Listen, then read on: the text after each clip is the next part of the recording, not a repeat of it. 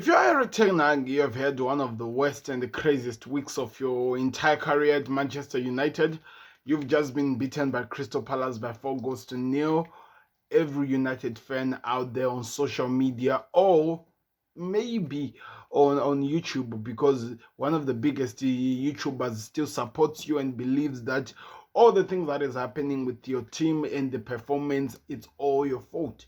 You just said somebody who is a pundit analyze how you are setting your system up for the team to play long balls and not covering the space that are living in the middle, showing that you are not really good with tactics.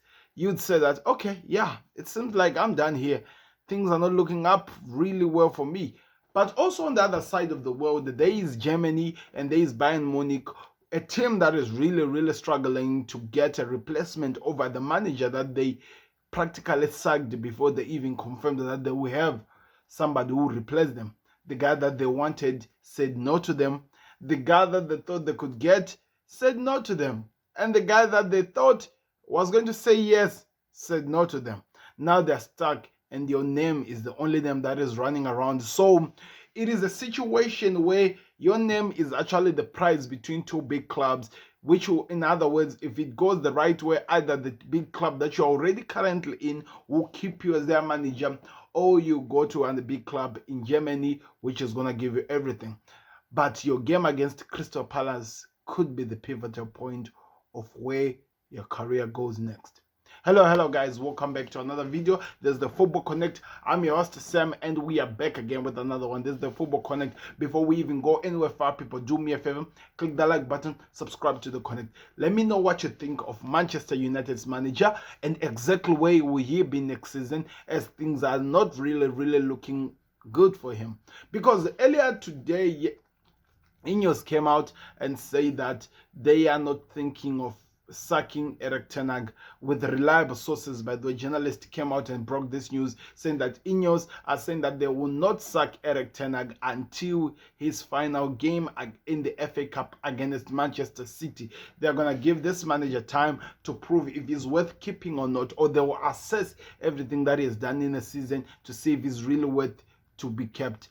But if you go and ask that to Said, he's shouting, he wants this man to go. If you go ask this question to Rance, he wants this man to go. Most of the United fans that I actually follow or maybe see, all of them are shouting. Even if Terry from the Football Terrace wants this man to go. But there's Mark Gobridge, who believe that maybe it's wrong the way they are looking at Ten Hag and how they're busy saying about him, and he deserves a chance to prove it.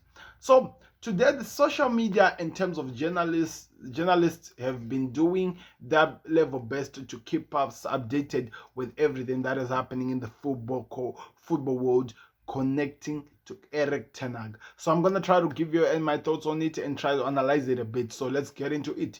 So, like I said earlier today, Ineos really confirmed that Eric Ten Hag is not going anywhere. So it means that he will be there until to the end of the season. Of course, there are about the 3 games that are left in the league, and as well the 4th game, which is going to be playing against Man City in the FA Cup final. But the problem is this. I talked about this yesterday. You can go check it out in my channel when I was giving you my analysis of what happened in the game between Manchester United and Crystal Palace. When I said Eric Ten Hag is failing to give account to what he's offering. What he's offering is maybe he's overusing the players in the training ground, because now I thought it was only 1 week, but I'm being told that he had 9 days to actually rest. The team was resting and they were preparing. Somehow after resting and preparing, they come and give you such football like we saw yesterday. It's unforgivable, especially you're playing with a mid-table team, which now seems like it's going to be rising, Crystal Palace. So, of course, the United fans are furious. Nobody really expected anything worse. They knew that Crystal Palace would beat them because of what had happened to big clubs like Liverpool and other teams that they played with. People were already seeing that it could end that way. But the problem was this. Eric Ten Hag is a manager who sees football a different way, if it can be honest. It can be honestly said. The delusion that this man gives sometimes when he's analyzing his game and what we are seeing on the field, it's weird. It's like he makes it sound like all of us who are talking about what we're seeing in his game are actually seeing what you are saying is not actually correct, but what he's talking about is that United plays one of the exciting games. United are one of the most dangerous teams they are going to be, and he's going to work on it, and he's going to be fighting attuned to the very end. It feels like he has a world in his own, which is in his head, that nobody can really make sense of. And it's crazy. It's been happening for such a long time, and you think it will make sense. You think that this manager will actually see the reality as it is, but it seems like it doesn't work. United fans really try to be on his side, really try to push him. And in some point, some United fans are still on his side. Some people can even say things about, some people are, you know what's happening here, which is really the funniest thing. Some people are blaming the players, and some people are blaming not only the players as well, but also the system that is being used by the manager. And when you see an attack to the system, you can never put a player in that. You will have to look at the manager. What is he doing? Is the system is applying, helping this team or these players to actually be successful? And in this point, with what we have been seeing and what has been said, it seems like it's no. Now we move on to the next level. What needs to happen for United to start playing footy? What do we need? So for some people, they say that maybe getting a new manager will help, but for some people say that it will make sense. So earlier today, I was watching a Bayern Munich fan who seems like he cannot choose between Thomas Tuchel and Erik ten Hag. And I think Bayern Munich are now in a position where they regret sacking Tuchel earlier before they actually knew who was going to be the replacement manager, because for them as a big club as they are looking at Erik ten Hag, it must be a joke. People, in fact, hope it was a joke. But today things were clear. They said that they are not going to sign. They're not going to sign Erik ten Hag. They've actually ruled him out. They've taken him out of it. They wanted Lopetegui, but Lopetegui chose West Ham. But the problem is this: they still need a manager, and everyone is curious what's going to happen exactly, especially with what we are being told, which is if the final game doesn't go well, like what Ineos are expecting, Erik ten Hag will be sacked, and the replacement manager for ten Hag actually will be Gareth Southgate, people. Southgate could come back to football and would be the manager of Manchester United. So there's some mixed reaction to that. But I'm curious, what are your thoughts? What are you expecting? Do you see Gareth being the best manager for United? Or maybe they should just continue with ten Hag for another season until maybe a better manager shows up in the market.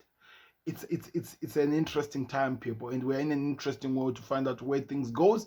But I want to know your thoughts in the comment section. Where do you see this situation turning into? Do you think Gareth Southgate is going to walk away from England and actually become the manager of Manchester United? And if you're a United fan, what are you feeling? Who do you prefer, ten Hag or Southgate? It's your choice.